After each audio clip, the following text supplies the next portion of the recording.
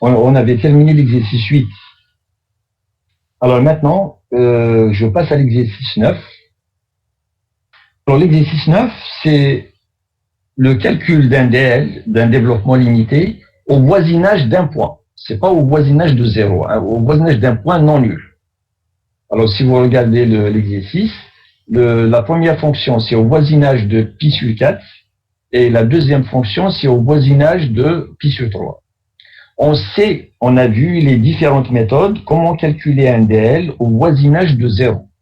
Il faudrait que tout le monde sache calculer un DL au voisinage de 0.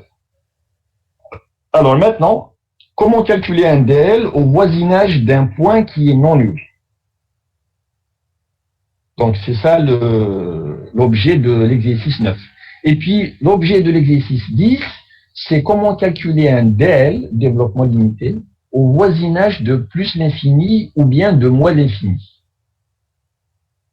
Donc, c'est ce qu'on va observer et c'est ce qu'on va voir aujourd'hui. Alors, d'abord, on va regarder ensemble le corrigé. Alors, l'exercice 8.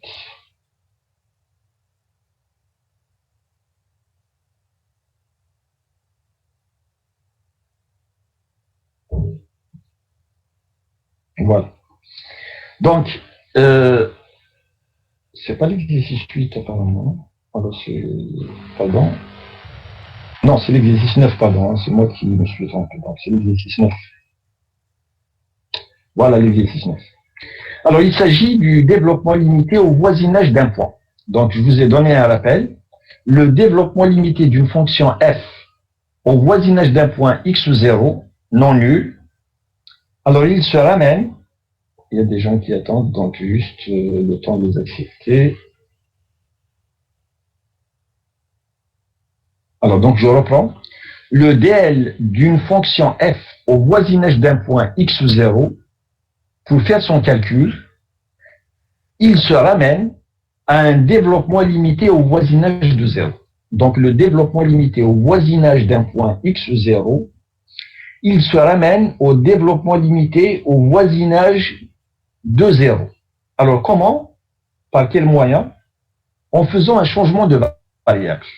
En posant y égale à x moins x0.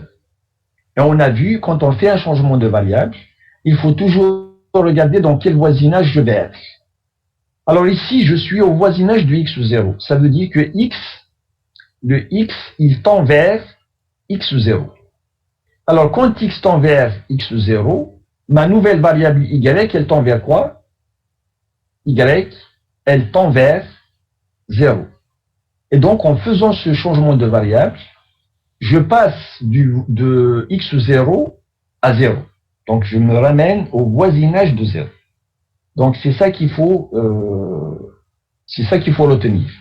Le DL au voisinage d'un point x0, il se ramène toujours à un DL au voisinage de 0. Alors maintenant, c'est quoi la forme d'un DL au voisinage de x0?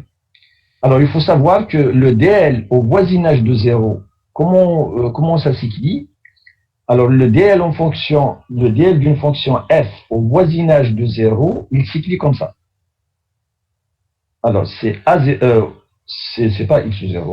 f de x. F de x, il s'écrit comme ça. A0 plus A1x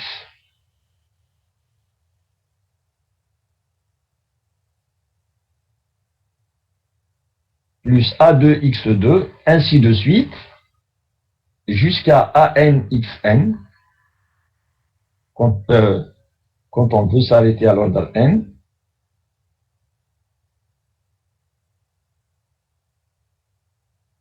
ANxn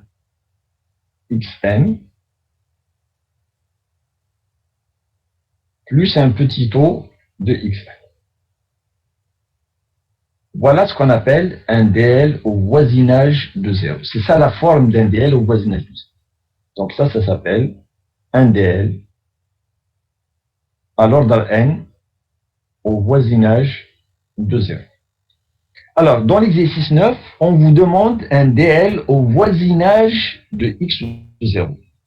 Alors, donc, f de x, vous allez, au voisinage de x0, vous allez l'équilibre, vous allez poser y égale à x moins x0. Et quand x tend vers x0, y il tend vers 0. Donc, c'est quoi x? X à ce moment-là, c'est y plus x0. Donc, f de x, c'est f de y plus x0. Alors, ça va être donc une certaine fonction g de y. C'est une fonction g de y. Et y qui est voisin de 0. Y il tend vers 0. Alors, qu'est-ce qu'on va faire? On va calculer le dl de g au voisinage de 0. Ça, on sait le faire. Le dl de g au voisinage de 0. Donc, maintenant, il faudrait que tout le monde sache comment calculer un dl au voisinage de 0. On a fait suffisamment d'exemples. On a vu plusieurs méthodes. Donc, la formule de Taylor, la division suivant les puissances croissantes, l'intégration, la minimation, etc. Tout ça, ce sont des méthodes qui permettent de calculer le dl au voisinage de 0. Donc, je suppose que je sais calculer un dl au voisinage de 0. Alors, comment il va s'équilibrer ce dl au voisinage de 0? Il va s'équilibrer à 0 plus, alors, c'est pas A1x, c'est pas x qui est voisin de 0, c'est y. Donc, il va s'équilibrer A1 y plus A2 y 2, c'est ça un dl au voisinage de 0. A2 y 2, ainsi de suite, plus AN yn et plus un petit taux de y. Alors maintenant, il faut ça ramener à x, il faut revenir à x. Alors quand je reviens à x, qu'est-ce que je vais avoir? Eh ben, je vais avoir A0 plus, au lieu de A1 de y, je vais revenir à x, c'est A1, x moins x0. Donc c'est A1 de x moins x0 plus A2 x moins x0 au carré.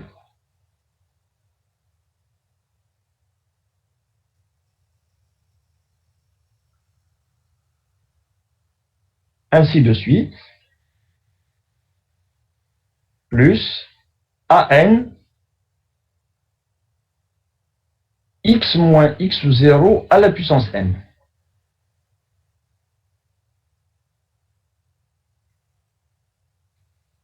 Et plus un petit taux de x moins x0 à la puissance n. Et c'est ça ce qu'on appelle un dl au voisinage d'un point x ou 0.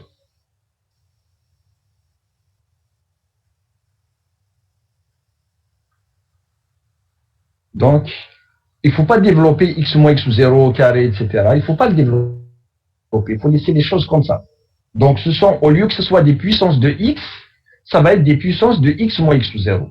Et lorsque vous avez cette écriture-là, eh ben ça, c'est la forme d'un dl à l'ordre n au voisinage, c'est pas au voisinage de 0, mais c'est au voisinage de x ou 0. Donc, c'est le dl à l'ordre n au voisinage de x ou 0. Alors, l'exercice 10, c'est le dl au voisinage de l'infini. Alors, pour calculer le dl au voisinage de plus ou la moins l'infini, ben, il faut faire un changement de variable aussi. Il faut équilibrer y égale à 1 sur x. Et lorsque x tend vers l'infini, parce qu'on est au voisinage de l'infini, lorsque x tend vers l'infini, y il tend vers, y va tendre vers 0. Et à ce moment-là, notre fonction f de x, comment est-ce qu'elle va s'équilibrer? Notre fonction f de x, elle va s'équilibrer f de 1 sur y. Alors, f de 1 sur y, ça va être une fonction en y, que je vais appeler h de y, par exemple. Je vais l'appeler h de y. Avec y qui tend vers y, ça tend vers 0. Et donc, je vais calculer le dl de h au voisinage de 0. Alors, le dl de h au voisinage de 0, il aura cette forme. C'est ça le dl au voisinage de 0. Il va avoir cette forme. Et quand je remplace y par sa valeur, alors ça va me donner ceci. Ça va me donner A0 plus A1 de y, donc c'est A1 fois 1 sur x,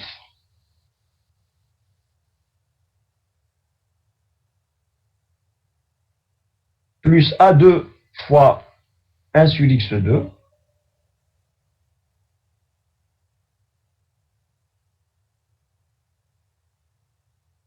plus, ainsi de suite, AN fois 1 sur xn, et plus un petit taux de 1 sur xn. Et c'est ça la forme d'un dl au voisinage de l'infini. Un dl au voisinage de l'infini, voilà comment il s'écrit. Donc ça vous donne le dl de f à l'ordre n au voisinage de l'infini. Donc, pour récapituler, qu'on soit au voisinage d'un point x0, ou bien qu'on soit au voisinage de l'infini, le dl, il se ramène toujours à un dl au voisinage de 0, en faisant un changement de variable. Alors, un dl au voisinage de 0, on sait comment calculer. Une fois qu'on a calculé le dl au voisinage de 0, on remplace y par sa valeur et on obtient le dl qui est demandé. Alors, une fois qu'on a rappelé ceci, j'espère que ça va aller vite. Je reviens donc à l'exercice 9. Donc, en faisant y égale à x moins x0, je me ramène à 0, à un dl au voisinage de 0. Je fais le calcul, et puis je remplace y par sa valeur. Et le dl au voisinage d'un point, il est de la forme A0 plus A1 x moins x0, A2 x moins x0 au carré, etc. Donc j'ai dit, il ne faut pas développer ceci, il faut les laisser comme tels, comme ils sont ici. Et donc ça s'appelle le dl de f à l'ordre n au voisinage de x0. Alors, en pratique, comment ça se passe? On vous dit, calculons le dl des fonctions suivantes au voisinage du point indiqué à l'ordre indiqué. Par exemple, pour la première fonction, qui est exponentielle x cosinus x, on vous demande le dl au voisinage de pi sur 4 à l'ordre n égale à 3. Donc la première chose à faire, il faut revenir au voisinage de 0. Je vais juste vérifier s'il y a des étudiants qui attendent. Non. Donc je continue. Alors, pour revenir au voisinage de 0, on pose y égale à x moins x0. Donc ici, x0, c'est pi sur 4. Donc on pose y égale à x moins pi sur 4. Quand x tend vers pi sur 4, y tend vers 0. Donc la variable y, elle tend vers 0 quand x tend vers pi sur 4. Alors maintenant, c'est quoi f1 de x? f1 de x, donc x, je le remplace par y plus pi sur 4. C'est f1 de y plus pi sur 4. Alors, quand je remplace x par y plus pi sur 4, vous obtenez exponentielle de y plus pi sur 4 fois cosinus de y plus pi sur 4. Et ici, n'oubliez pas que y, il est au voisinage de 0. Donc, vous allez prendre la liste des dl au voisinage de 0. Je vous ai dit, il ne faut pas préparer toujours une liste à côté de soi. Et vous allez voir monsieur, dl en fonction de votre liste. Oui. اسمح لي هذه لا ليست تاع لي دي ال اسكو نقدروا نجيبوها معنا في ليكزامان ولا انتم Mais on m'a déjà posé la question avant et j'ai déjà répondu. Comme si votre chargé de cours vous autorise, ça dépend de l'examen. S'il vous autorise, il va vous le dire pendant l'examen. C'est à lui de... Il faut lui poser la question à lui. S'il vous autorise... Monsieur. Non, s'il vous plaît. S'il vous autorise, c'est bon, c'est réglé.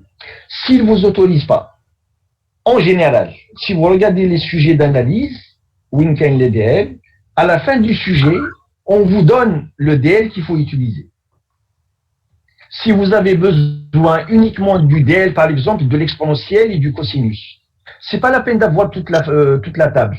À la fin du sujet, à la fin, on vous dit, on vous donne le DL de l'exponentiel et le DL de cosinus. Donc, on vous le donne. OK? D'accord, monsieur, merci beaucoup. Donc, ou bien on vous donne le sujet, ou bien on vous autorise à utiliser le formulaire. Oui. Il nous a demandé de les apprendre. Ben, c'est votre chargé de cours. Je ne suis pas responsable du module. Est-ce que vous comprenez? Moi, je suis responsable du module d'algèbre. Donc, en algèbre, c'est moi qui décide. Je prends la décision, ça sera comme ça. Mais en analyse, je ne suis pas le responsable du module. S'il vous a demandé de l'apprendre, d'apprendre le formulaire, ben, il faut l'apprendre. Il ne faut pas se plaindre à moi. Moi, je suis ici uniquement pour le TD. On me donne une série d'exercices, je la résous. La responsabilité, elle ne m'incombe pas. La responsabilité, elle incombe au chargé de cours. Ce que je dis, c'est ce que j'ai observé depuis que j'enseigne. Souvent, à la fin du sujet, on vous donne les DL dont vous avez besoin. Même si le formulaire n'est pas autorisé, à la fin du sujet, on vous dit, voilà le DL de telle fonction, voilà le DL de, par exemple ici, on a besoin du DL de l'exponentielle et de DL de cosinus. À la fin, on vous donne ces deux DL. Voilà. Maintenant, s'il faut l'apprendre, ben, vous l'apprenez. Il faut discuter avec votre chargé de cours. Bon, alors, donc, en ce qui concerne le TD, voilà ma fonction F1. C'est une fonction qui va dépendre maintenant du Y, avec Y qui est voisin de 0. Alors, est-ce que je connais l'exponentielle du Y plus pi sur 4 dans votre formulaire? Non. Est-ce qu'on vous a donné le DL de l'exponentielle du Y plus pi sur 4? Non. Ce qu'on connaît, c'est l'exponentielle de Y. Au voisinage de 0, je connais l'exponentielle du Y. Et je connais l'exponentielle de cosinus Y. C'est tout ce que je connais. Et donc, il faut transformer cette fonction-là pour faire apparaître ce qui est connu. Bon, pour l'exponentielle, c'est pas difficile. L'exponentielle du Y plus pi sur 4, on sait que c'est l'exponentielle de pi sur 4. Ça, c'est une constante. Et puis, exponentielle du Y. Exponentielle du Y, je la connais. Donc, exponentielle de pi sur 4, je le laisse. L'exponentielle du Y, je le remplace par sa valeur. Voilà son DL. Alors, cosinus de Y plus pi sur 4, ça aussi, c'est pas connu. Ce qui est connu, c'est cosinus Y. Alors, je développe cosinus de A plus B. Donc, ça donne cosinus Y, cosinus pi sur 4, moins sinus Y, sinus pi sur 4. Alors, cosinus pi sur 4, c'est racine de 2 sur 2. Sinus pi sur 4, c'est aussi racine de 2 sur 2. C'est des constantes. Cosinus Y, voilà son DL. Sinus Y, voilà son DL. Et je fais la somme. Donc, vous obtenez ceci. Donc, finalement, je connais ce DL et je connais ce DL. Maintenant, il faut faire le produit. Et on sait comment faire le produit de 2 DL. Et donc, j'obtiens F1 en fonction du Y, c'est le premier DL fois le second. Donc, c'est ça fois ça. Alors, vous faites le produit, comme vous avez l'habitude de faire le produit de 2 polynômes, et puis vous ne gardez que les puissances qui sont inférieures à l'ordre qu'on vous a donné. Alors, l'ordre, c'est n égale à 3. Toutes les puissances qui sont supérieures à 3, vous les supprimez. Celles qui sont inférieures ou égales à 3, vous les gardez. Donc, quand vous faites le produit, voilà ce que vous obtenez. Ça, c'est une constante. Les puissances de Y qui sont inférieures ou égales à 3, il n'y en a que ça. Tout le reste, c'est un petit taux de Y. Alors maintenant, il faut revenir à X. On a fait un changement de variable. Maintenant, il faut revenir à X. Alors, pour revenir à X, c'est presque fini. Cette constante, vous la laissez. Monsieur. Oui. Oui. Fait-il que cosinus Y plus pi sur 4. Oui. Vous avez fait direct la formule. Cosinus de A plus B. Ou bien vous avez... Ah, d'accord. Donc vous l'avez décomposé. Parce qu'on ne connaît pas cosinus de Y plus pi sur 4. Dans le formulaire, on connaît cosinus Y. Donc là, il faut développer. C'est quoi cosinus de A plus B? Cosinus Y plus cosinus C'est B. cosinus A, cosinus Cos B, B. moins sinus A, Moins sinus B. A fois sinus B. Voilà. Cosinus Y, il est connu. Sinus Y, il est connu. Sinus de pi sur 4 et sinus de pi sur 4, c'est des constantes. Donc, les deux, c'est racine de 2 sur 2. Cosinus Y, vous le remplacez par sa valeur. Et le DL de sinus Y, vous le remplacez par sa valeur. D'accord? Alors, une fois que vous avez fait tous les calculs, vous obtenez ceci. Là, c'est le DL en fonction du Y. Maintenant, il faut revenir à X. Alors, n'oubliez pas que Y, c'est X moins pi sur 4. Donc, la constante, vous la laissez. Le 1, on le laisse. Y au carré, c'est X moins pi sur 4 au carré. Y au cube, c'est X moins pi sur 4 au cube. Et Y au cube ici, au niveau du petit o, c'est petit o de X moins pi sur 4 au cube. Ben, c'est ça le DL. Vous voyez, il y a des puissances de X moins pi sur 4. Et donc, ça, c'est le DL de F1 au voisinage, à l'ordre 3, au voisinage de pi sur 4.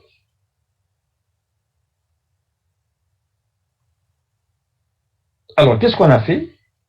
On a calculé un DL au voisinage de 0.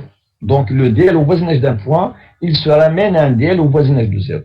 Une fois que vous avez calculé le DL au voisinage de 0, vous revenez à la variable x et vous obtenez le DL au voisinage du point qu'on vous a indiqué.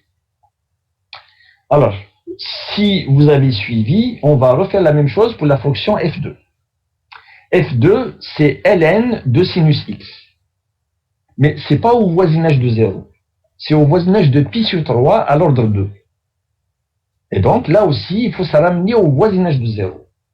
En faisant quoi? En posant y égale à x moins pi sur 3. Alors, quand x tend vers pi sur 3, la nouvelle variable y, elle tend vers 0. Et donc, f2 de x, c'est quoi? C'est f2 de y plus pi sur 3. Et c'est quoi f2 de y plus pi sur 3? Je remplace x par y plus pi sur 3. Donc, c'est ln de sinus y plus pi sur 3. Alors, c'est de la forme f de g de x. C'est de la forme f de g, enfin, pas de g de x, mais g de y. C'est de la forme f de g de y. Et on a dit que la méthode qui marche tout le temps, il y a des exceptions où on peut utiliser quelque chose de plus rapide, mais de manière générale, lorsque vous avez une composée, on commence par g. Calculez le DL de g. Une fois que vous l'avez, vous allez calculer le DL de f de g. Donc ici, ce qui va jouer le rôle de g, c'est ça. Alors, vous allez regarder votre formulaire. Est-ce qu'il y a sinus de y plus pi sur 3 au voisinage de 0? Non. Au voisinage de 0, ce qui est connu, c'est sinus, sinus de y. C'est ça qui est connu. Et donc, il faut transformer sinus de y plus pi sur 3 en sinus de y. Alors, vous allez utiliser sinus de a plus b. Alors, sinus de a plus b, c'est sinus a cosinus b plus cosinus a sinus b. Et donc, on récupère sinus y et cosinus y. Ça, ces deux DL sont connus. Maintenant, il y a cosinus pi sur 3, qui est égal à 1 demi, et il y a sinus pi sur 3, qui est une constante, qui est égale à racine de 3 sur 2. Alors, vous allez remplacer. À l'ordre 2 ici, on vous demande à l'ordre 2.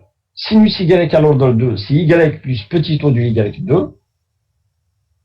Cosinus y, c'est 1 moins 1 demi de y2 plus petit o de y2. Et vous faites la somme. La somme, ça va vous donner ceci. À l'ordre 2, voilà sinus de y plus pi sur 3. Alors maintenant, ma fonction, c'est pas sinus tout simplement, c'est ln de sinus. On a calculé le dl de sinus. Maintenant, je regarde à quoi est égal f2. Donc f2, c'est ln de ceci. Alors, qu'est-ce qui est connu dans votre formulaire? Dans votre formulaire, ce qui est connu, c'est ln de quoi? 1 plus i. ln de 1 plus quelque chose, 1 plus t. C'est ça qui est connu. ln de 1 plus t avec t qui tend vers 0. 0. Alors, regardez maintenant votre formule. Ce qu'on a, c'est ça. C'est ln de tout ceci. Bon, d'abord, il faut faire apparaître le 1. Et l'autre, ce qui reste, ça va être t. Bon, alors pour faire apparaître le 1, qu'est-ce qu'il faut? Il faut mettre la racine de 3 sur 2 en facteur. Donc, on met la racine de 3 sur 2 en facteur et on récupère 1. Maintenant, il faut arranger les coefficients. Qu'est-ce qu'on va trouver? Ben, si je ne me suis pas trompé, voilà les coefficients que vous allez avoir. Ensuite, vous utilisez ln de a fois b. ln de a fois b, c'est ln de a plus ln de b. Alors maintenant, regardez bien, on a récupéré le 1, et ce qui reste, on va l'appeler, on va lui donner un nom, je l'ai appelé u ici, on va l'appeler u. Donc on pose u égale à tout ceci. Voilà u, c'est tout ça que j'ai appelé u. Alors, il faudrait qu'il tende vers 0. Alors, y, il tend vers quoi? 0. 0. Ben, quand je remplace tout ceci par u, donc u va tendre vers quoi aussi? 0. Il va tendre vers 0. Donc, si je pose u égale à ceci, alors il va tendre vers 0 quand y tend vers 0. Et donc, ma fonction f, elle est de la forme ln de 1 plus u. Et ln de 1 plus u, on sait qu'elle est égale, si vous regardez votre formulaire, on sait qu'elle est égale à u moins 1 demi de u2 plus petit o de u2. Alors, je calcule, bon, u, je le connais, je calcule u2, alors 2. Alors, u2, on veut calculer u2, on a déjà vu, donc c'est ce dl fois le même. Vous faites le produit, et vous ne gardez que les puissances qui sont inférieures ou égales à 2. Voilà, donc j'ai fait les calculs, voilà ce que j'ai obtenu. Vous avez u2, vous remplacez ici. Donc vous faites le calcul, et à la fin, vous obtenez ce dl. Donc là, c'est une constante, c'est A0, A1 y, A2 y2, plus petit o du y2. Alors maintenant, à la fin, vous remplacez y par x moins x0, je ne me rappelle plus, c'est pi sur 3. Donc, ln de racine de 3 sur 2, c'est une constante, ça ne change pas. La racine de 3 sur 2, ça reste. Y, vous le remplacez par x moins pi sur 3. Y2, vous le remplacez par x moins pi sur 3 au carré. Et là aussi. Et ce que vous obtenez, donc, ça, c'est la forme d'un dl. Donc, c'est le dl de f à l'ordre 3.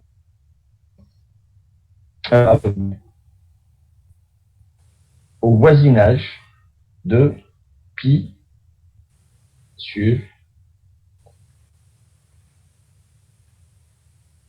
Donc, ce qu'il faut retenir, c'est que un dl au voisinage d'un point, pour le calculer, il faut d'abord se ramener au dl au voisinage de 0, en faisant un changement de variable. Une fois que vous avez trouvé le dl au voisinage de 0, vous revenez à la variable initiale et il ne faut pas développer. Vous laissez les choses comme elles sont. Ce que vous obtenez, c'est le dl au point indiqué. Au voisinage de l'infini, c'est la même chose. Sauf qu'au lieu de poser y égale à x moins x sous 0, vous allez poser y égale à 1 sur x pour revenir à 0. Donc, au voisinage de l'infini, on vous demande dans l'exercice 10 de déterminer le développement limité au voisinage de l'infini. Ici, on a précisé au voisinage de plus l'infini. Donc, d'abord, f1 à l'ordre 2, et pour f2, c'est à l'ordre 3. Au voisinage de l'infini, j'ai donné le rappel, le développement limité d'une fonction au voisinage d'un point, non, c'est pas, c'est une mal dire, au voisinage, c'est pas comme ça, au voisinage de l'infini. Donc je vais rectifier. Le développement limité au voisinage de l'infini, il se ramène à un développement limité au voisinage de 0 en posant y égale à 1 sur x. Et c'est quoi la forme d'un DL au voisinage de l'infini? Il est de la forme A0, A1 sur x, plus A2 sur x2, plus AN sur xn, plus un petit taux de 1 sur x. Voilà la forme d'un DL au voisinage de l'infini. Une fois qu'on a fait ce rappel, le reste, c'est des calculs. Vous avez votre fonction qui est égale à la reste de x plus 2 au voisinage de l'infini. Donc, on demande un DL à l'ordre 2 au voisinage de plus l'infini. Première chose à y égale à 1 sur x. Alors, quand vous posez y égale à 1 sur x, donc x, c'est 1 sur y. Et y, il tend vers 0. J'ai oublié de le préciser ici. Il faut toujours le préciser. Y, il tend vers 0 parce que x tend vers l'infini. Alors, la fonction f1 de x, donc elle va s'écrire f1 de 1 sur y. Vous remplacez x par 1 sur y. Donc, ça vous donne 1 sur y plus 1 sur 1 sur y plus 2.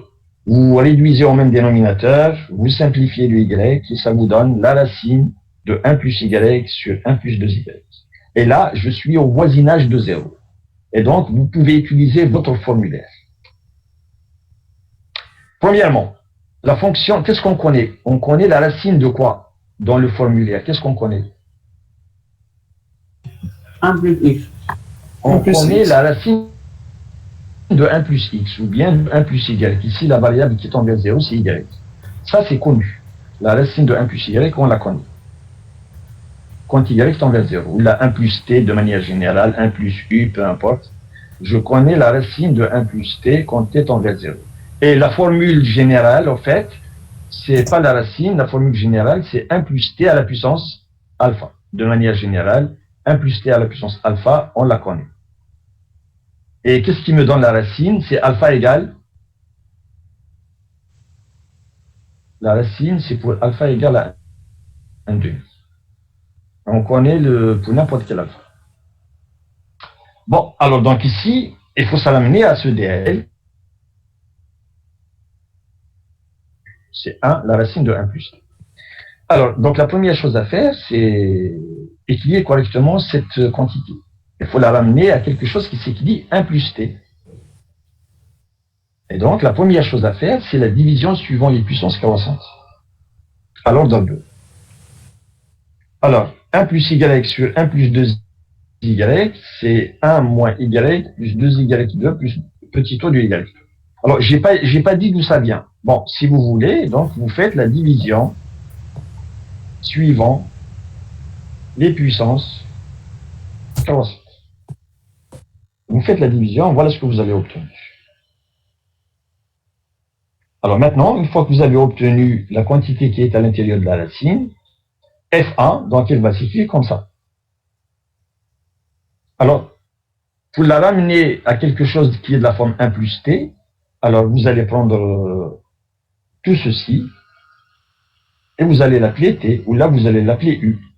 Donc, je ramène ça à quelque chose qui est de la forme 1 plus u, avec u qui est égal à ça. Alors, quand on fait un changement de variable, il faut s'assurer qu'on est dans le bon voisinage. Y, on a dit que ça tend vers 0, ce qui fait que u aussi, ça tend vers 0. Et la racine de 1 plus u, quand u tend vers 0, vous prenez votre formulaire, et ça vous donne ceci. Voilà son DL. Alors, U, je la connais. U2, ben, il faut la calculer. U2, c'est U fois U. Mais à l'ordre 2, vous ne prenez que les puissances inférieures ou égales à 2. Donc, U2, quand vous faites le produit, voilà ce que vous allez récupérer. Je connais U2, je connais U, et donc je connais la racine de 1 plus U. La racine de 1 plus U, c'est F1 de 1 sur U. 1 sur Y. Voilà ce que vous allez trouver. Donc, vous remplacez U par sa valeur et vous remplacez U2 par sa valeur. Alors, vous arrangez les choses et vous obtenez ceci. Bon, ça c'est la forme d'un DL au voisinage de 0. Maintenant, il faut revenir à l'infini. Donc, il faut remplacer y par 1 sur x.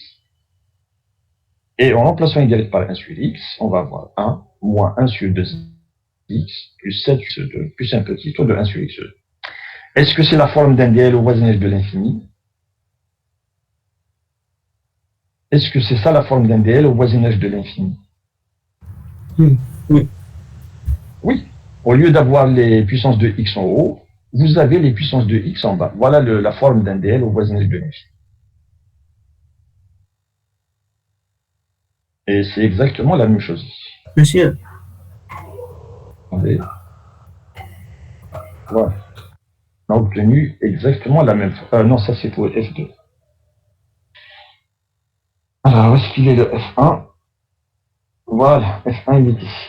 C'est exactement le DL au voisinage de l'infini. Donc, je vais juste l'écrire et je réponds à votre question. Donc, ça, c'est le DL de F1 à l'ordre 2 au voisinage 2 plus l'infini. Allez-y. monsieur, on peut faire une autre méthode. Mais bien sûr, il n'y a pas qu'une seule méthode pour calculer un DL. L'essentiel, c'est que, à la fin, vous obtenez le même résultat que moi. Alors, c'est quoi la méthode que vous proposez? 1 plus y sur 1 plus 2y. Oui. tous les 1 plus y fois 1 sur 1 plus 2y. On a 1 sur 1 plus 2y, on a 1 sur 1 plus x. Bien sûr, bien sûr. Oui, oui. Donc, 1 plus y sur 1 plus 2y, vous dites que ça, c'est égal à quoi? Allez-y. Qu'est-ce que vous avez dit? 1 plus y 1 plus y fois 1 sur voilà, 1 plus 2y. fois 1 sur 1 plus 2y. On peut faire ça aussi. Alors, ce qu'on connaît, on connaît le DL de 1 sur 1 plus u. Le DL de 1 sur 1 moins u ou la 1 plus u, ça c'est connu. Donc, vous allez déduire le DL de ça. Oui, on va multiplier. Une fois que vous avez le DL de ça, vous le multipliez par 1 plus y. Oui. Et à la fin, vous allez retrouver exactement ceci. Si vous faites la division, si vous faites votre méthode, vous allez retrouver exactement la même chose. Alors, il n'y a pas une façon unique de trouver un DL. Il y a plusieurs méthodes. L'essentiel, c'est qu'à la fin, quelle que soit la méthode que vous utilisez, vous devez retrouver le même résultat. C'est tout ce qui importe.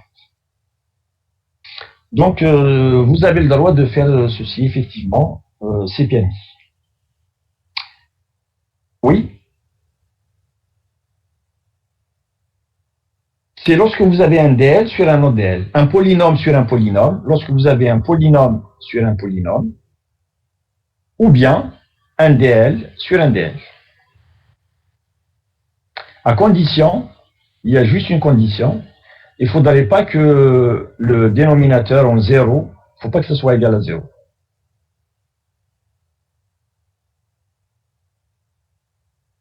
Le dénominateur en 0, il ne faut pas que ce soit égal à 0. Ça veut dire qu'il ne faut pas qu'il y ait... il faut toujours avoir une constante au dénominateur. Regardez ici. Regardez ici. Le polynôme en bas, c'est quoi? C'est 1 plus 2y. Il faut toujours qu'il y ait une constante. Sinon, on ne peut pas faire la division. C'est le polynôme en bas, en 0, il est égal à quoi? Cube 0, c'est quoi? C'est 1. Donc, il faut toujours qu'il y ait une constante.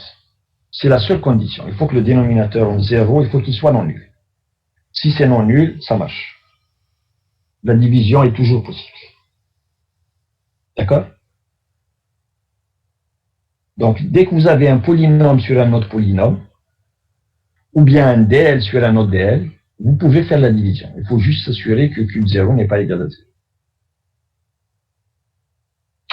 Bon, alors la deuxième fonction, c'est toujours au voisinage de l'infini, mais à l'ordre combien ici? Attendez, je vais voir où est-ce que je me suis arrêté. Alors 3. Donc ici c'est dl au voisinage de l'infini, alors 3. Donc toujours, on pose y est égal à 1 sur x pour ça ramener au voisinage de 0. Ensuite, vous remplacez x par 1 sur y et vous simplifiez ce qu'il y a à simplifier. Donc à la fin, voilà ce que vous allez obtenir. Voilà votre fonction. C'est 2y plus 1 fois la racine de 1 moins y2. Avec y qui tend vers 0. Alors ici, là c'est facile. 1 moins y2, vous l'écrivez comme ça. C'est 1 plus la racine de 1 plus u. C'est 1 plus u. Avec u, c'est quoi? U, c'est moins y2. Alors, c'est moins y. Comme y tend vers 0, donc u aussi, ça va tendre vers 0. Alors, donc, la racine de 1 plus u, on sait qu'elle est égale à ça. Et donc, vous posez u égale à moins y2. Ensuite, vous calculez u2 et u3. Une fois que vous les avez, donc la racine de 1 moins y2, voilà son dl. Alors maintenant, ce que vous avez obtenu, il faut le multiplier par 2y plus 1. Donc votre fonction f2 de 1 sur y, c'est 2y plus 1 fois le dl que vous avez obtenu. En faisant le produit, vous allez avoir ceci. Ben, une fois que c'est fini, vous revenez à la variable initiale. Vous remplacez y par 1 sur x. Et ça, c'est la forme d'un dl au voisinage de l'infini. De ordre 3 au voisinage de plus l'infini. Donc, il faut juste savoir calculer un dl au voisinage de 0. Ça, c'est impératif. Tout le monde doit savoir calculer un dl au voisinage de 0. Une fois que vous savez comment faire au voisinage de 0, l'infini est un point quelconque x0, ça ramène toujours au voisinage de 0. Voilà pour les dl. Donc on a vu comment calculer les dl au voisinage de 0, on a vu plusieurs méthodes. On vient de voir aujourd'hui le dl au voisinage d'un point et le dl au voisinage de l'infini. Alors maintenant on va parler de dl généralisé. Alors c'est quoi le dl généralisé d'une fonction? Alors je vais vous rappeler je vais vous faire un petit rappel. Alors, le dl généralisé, c'est lorsque on parle de dl généralisé, lorsque f n'admet pas de dl. On suppose que f n'a pas de dl. On va commencer par 0, au voisinage de 0. Au voisinage de l'infini ou là au voisinage d'un point, c'est pareil. On se ramène au voisinage de 0. Donc, tout ce qui se passe ici, le rappel, c'est au voisinage de 0. C'est ça le plus important. Le reste, c'est un changement de variable. Donc, on va voir ce qui se passe au voisinage de 0. Alors, si f n'a pas de dl au voisinage de 0,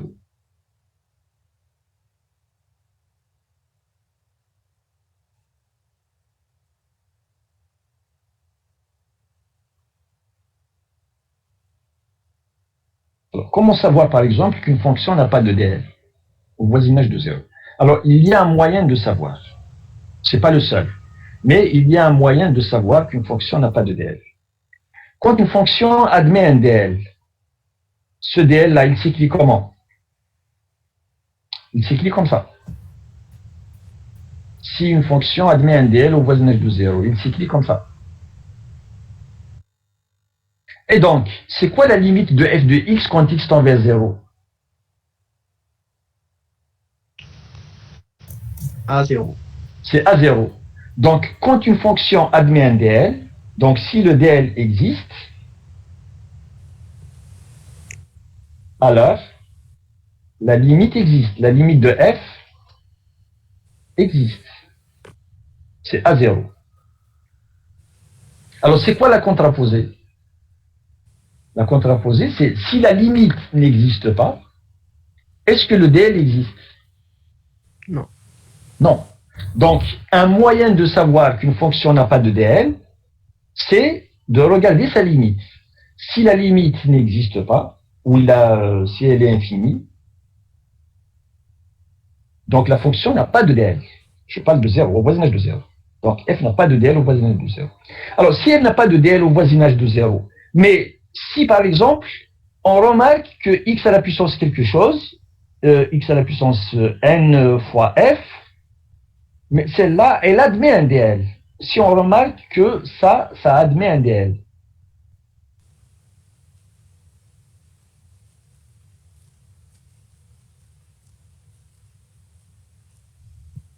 Au voisinage de 0. Alors, si ça admet un DL, donc on va voir xn fois f de x. Donc, elle va s'écrire comment?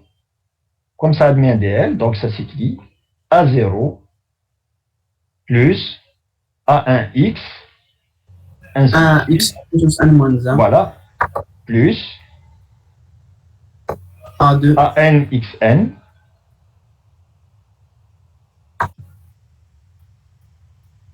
et plus un petit taux de xn.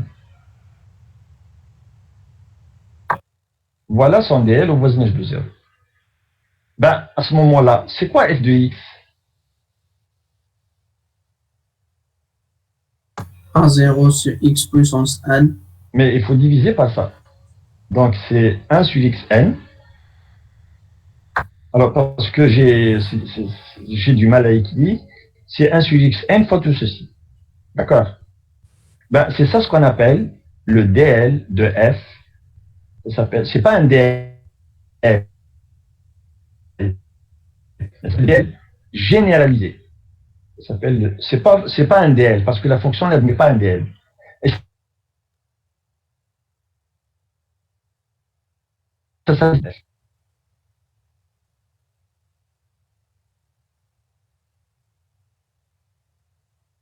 voisinage de 0. Un DL généralisé au voisinage de 0. Alors, quand est-ce qu'on parle de DL généralisé? Les conditions sont les suivantes. Elle n'a pas de DL. Par exemple, on regarde dans la limite. Et il faut que x à la puissance quelque chose fois f admet un DL. Quand les conditions sont réalisées, eh ben, on a un DL généralisé. Bon, alors donc, on va passer à l'écran. Il ne reste pas grand-chose, 2 minutes. Moi, il va faire un exemple, c'est déjà ça. Alors, f1 de x, voilà une fonction à l'ordre de 2. On vous demande, non, ça c'est un développement limité, il n'y a pas de souci. Développement limité généralisé, voilà, l'exercice 11. Voilà une fonction f1 de x. On vous demande son DL généralisé. On n'a pas précisé, ah si, il y a l'ordre. On a précisé l'ordre au voisinage de 0. Alors la première chose, c'est est-ce que f1 admet un DL? C'est quoi la limite 1 quand x est 0? C'est l'infini. Mais on a dit que si elle admet un DL, sa limite doit être égale à 0. À 0, c'est une constante. Donc si c'est l'infini, ça veut dire qu'elle n'a pas de DL. Donc f1 n'a pas de DL. Pourquoi f1 n'a pas de DL ici? C'est quoi le problème? Ça a l'air d'un polynôme sur un autre polynôme. D'accord? C'est un polynôme, f1, c'est une fraction rationnelle. C'est un polynôme sur un autre polynôme. Quelqu'un m'a posé la question tout à l'heure. Quand est-ce qu'on peut faire la division suivant les puissances croissantes? Quand est-ce qu'on peut la faire? Il y a une condition. Ben, il faut que le polynôme en bas, il faut que Q de 0 soit différent de 0. Alors il se trouve qu'ici, Q de 0 c'est égal à 0. Et donc on ne peut pas calculer le DL. Le DL n'existe pas. On ne peut pas faire la division. Et pour que le polynôme en bas soit non nul, qu'est-ce qu'il faut? On prend le x Il faut le transformer comme ça. X, donc voilà f. Ma fonction f, c'est ça. F1. C'est 1 sur x. Alors je mets le x en facteur. 1 moins x. Alors, ce qui cloche, c'est la présence de ce x. Le reste admet un DL. se déroge. Alors, qu'est-ce que je vais faire? Je vais calculer x, f de x. X fois f de x, c'est quoi? C'est 1 sur 1 moins x. Alors, est-ce que c'est jamais un DL? Oui. Oui.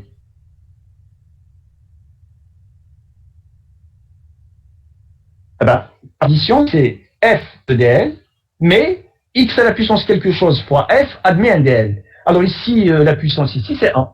X fois f admet un DL. Et donc là, je peux calculer le DL généralisé. Alors, si je veux trouver un DL généralisé à l'ordre 2, donc ce DL-là, il faut calculer à quel ordre? Il faut calculer le DL à l'ordre 3. Parce qu'à la fin, je dois plutôt... On va diviser par x. Le 3, c'est ici. Parce qu'à la fin, je dois diviser par x. Et si je veux avoir petit taux de x2, donc là, il faut aller jusqu'à 3. Bon, si vous avez compris le principe, là, c'est la même chose pour le reste. Regardez pour la première fonction, on va essayer de voir ensemble la fonction f1, qui est égale à 1 sur x moins x2, la fonction f1 n'admet pas un DL au voisinage de 0, car sa limite en 0 est l'infini. Considérons alors la fonction g qui est définie par g de x égale à x fois f de x. Alors, je vous ai expliqué d'où vient le x. Le x, c'est pour que le dénominateur ne tende pas vers 0. Alors, g de x, donc c'est x fois f de x, c'est 1 sur 1 moins x. Et cette fonction-là, 1 sur 1 moins x, on sait qu'elle admet un DL. Son DL, c'est 1 plus x2, plus x3, plus un petit taux de x3. Et puisque g de x est égal à ça, c'est quoi f de x? C'est g de x sur x. Donc, je prends le DL de g de x, c'est x sur x, donc plus 1, plus x2 sur x, donc c'est x, plus x3 sur x, c'est x2, plus un petit taux de x2. Alors, comme ça s'arrête à x2, donc ça, c'est le DL. C'est pas un DL, hein, parce que si c'était un DL, s'il n'y avait pas le 1 sur x, on a un DL. Mais la présence de 1 sur x fait que ce n'est pas un DL. Ça s'appelle le DL généralisé de F1 à l'ordre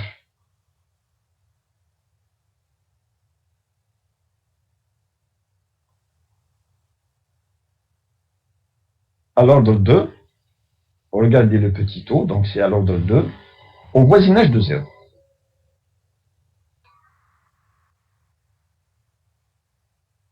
Voilà. Et c'est la même chose pour la cotangente, et c'est la même chose pour le reste. Alors, la fonction cotangente, c'est quoi la cotangente? C'est cosinus. 1 sur tangent. C'est 1 sur tangente. Donc, c'est cosinus sur sinus. Je connais le DL de cosinus et je connais le DL de sinus. Mais, est-ce que F2 possède un DL? Je regarde la limite. C'est quoi la limite de cosinus sur sinus quand x tend vers 0? Cosinus, ça tend vers quoi? Infini. Non, Zéro. cosinus. Ah, cosinus, C'est c'est 1. Sinus. Et donc, Zéro, 1 sur zéro. 0, ça va tendre vers l'infini. Infini. Donc, cette fonction admet une limite infinie en 0. Donc, elle n'a pas de DL au voisinage de 0. Alors maintenant, je considère la fonction x fois f2. Pourquoi c'est x fois f2? D'où ça vient? Parce qu'en fait, il fallait faire un petit travail au brouillon. Alors, c'est quoi le DL de cosinus? On a cosinus x sur sinus x. C'est ça la cotangente. Alors, le DL de cosinus, c'est quoi? 1 moins x carré sur 2. C'est 1 moins 1 demi de x carré, donc x carré sur 2, etc. Ainsi de suite. Cosinus. X moins x cube sur 3 factoriel. Voilà. C'est pas x cube sur 3, c'est x cube sur 3 factoriel. Et 3 factoriel. Sur 6, ainsi de suite, plus, etc.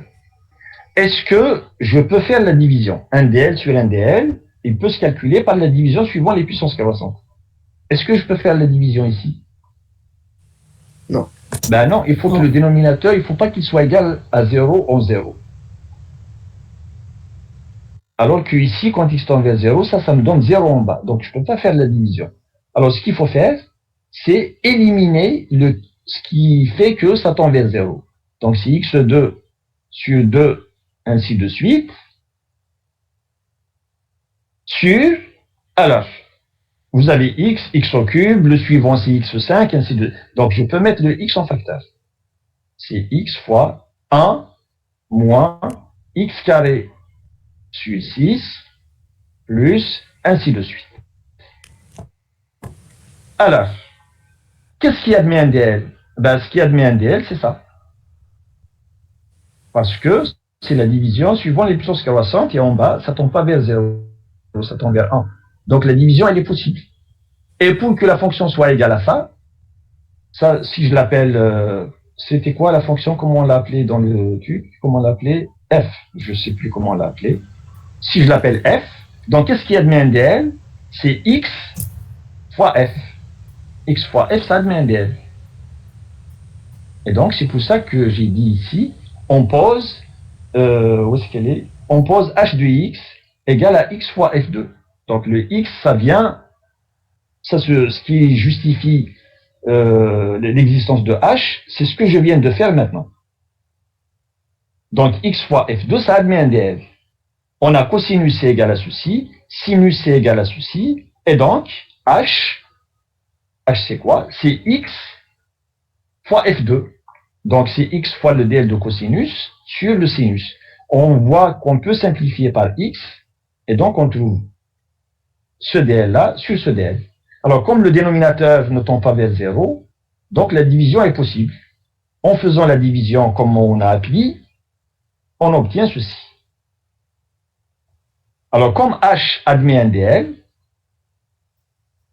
alors comment trouver le DL de F2? F2, c'est H sur X, donc il faut diviser par X, donc c'est 1 sur X, moins 1 tiers de X, plus un petit taux de X2. Parce qu'on vous a demandé un DL à l'ordre 2. Donc dans le DL de H, il faut aller jusqu'à 3. Et c'est ça ce qu'on appelle le DL généralisé. C'est pareil pour la suivante. Je vous laisse faire la suivante tout seul. Bon, alors, qu'est-ce qui reste? Parce qu'on est très en retard. Donc, vous allez me permettre de prendre 5 minutes, ma biche. Alors, il reste l'exercice 12 et le 13. Alors, le 12, regardez. C'est pas le DL qui est difficile. Hein. Le DL, on sait comment calculer. Alors, ce qui est nouveau, c'est l'asymptote. On va parler de l'asymptote. Donc, le DL, je suppose que vous savez comment faire le DL, donc je vais vous donner comment calculer le DL. Ensuite, ce qui est nouveau dans l'exercice 12, c'est comment déduire ce qu'on appelle l'asymptote au voisinage de l'infini. Et l'exercice 13, c'est ce qu'on appelle la tangente.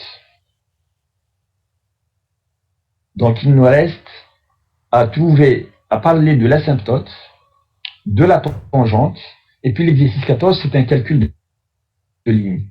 Comment calculer les limites de certaines fonctions quand c'est compliqué. Alors, lorsque c'est compliqué, souvent, avec les DL, on s'en sort. Donc, si je peux calculer un DL, je peux déduire la limite. Donc, il reste 3 choses. On va essayer de les faire ce soir. Et puis, pour la nouvelle série sur les intégrales, on fera le maximum, on fera ce qu'on peut. Voilà, donc s'il y a des questions, vous les posez. Bon, sinon, je vous laisse vous reposer un peu et puis on se revoit à partir de 15 heures.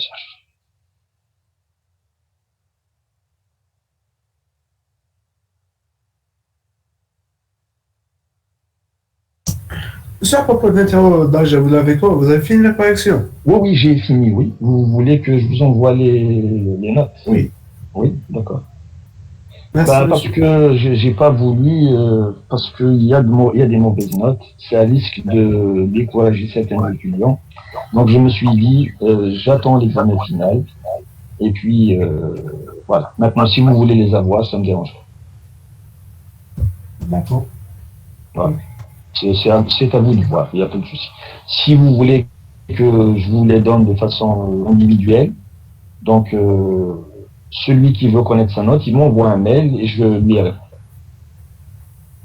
Comme ça, celui qui n'a pas envie de voir, il révise le plus normalement du monde pour son examen et puis à la fin, je donnerai toutes les notes possibles. Voilà. Donc, celui qui veut avoir sa note, il m'envoie un mail et je la lui communique. Ou là, le dimanche sur prochain, Gmail, je monsieur. vais faire une séance. Comment? C'est parce que le site de... Ben, vous avez ma boîte, la boîte par laquelle je vous envoie les invitations,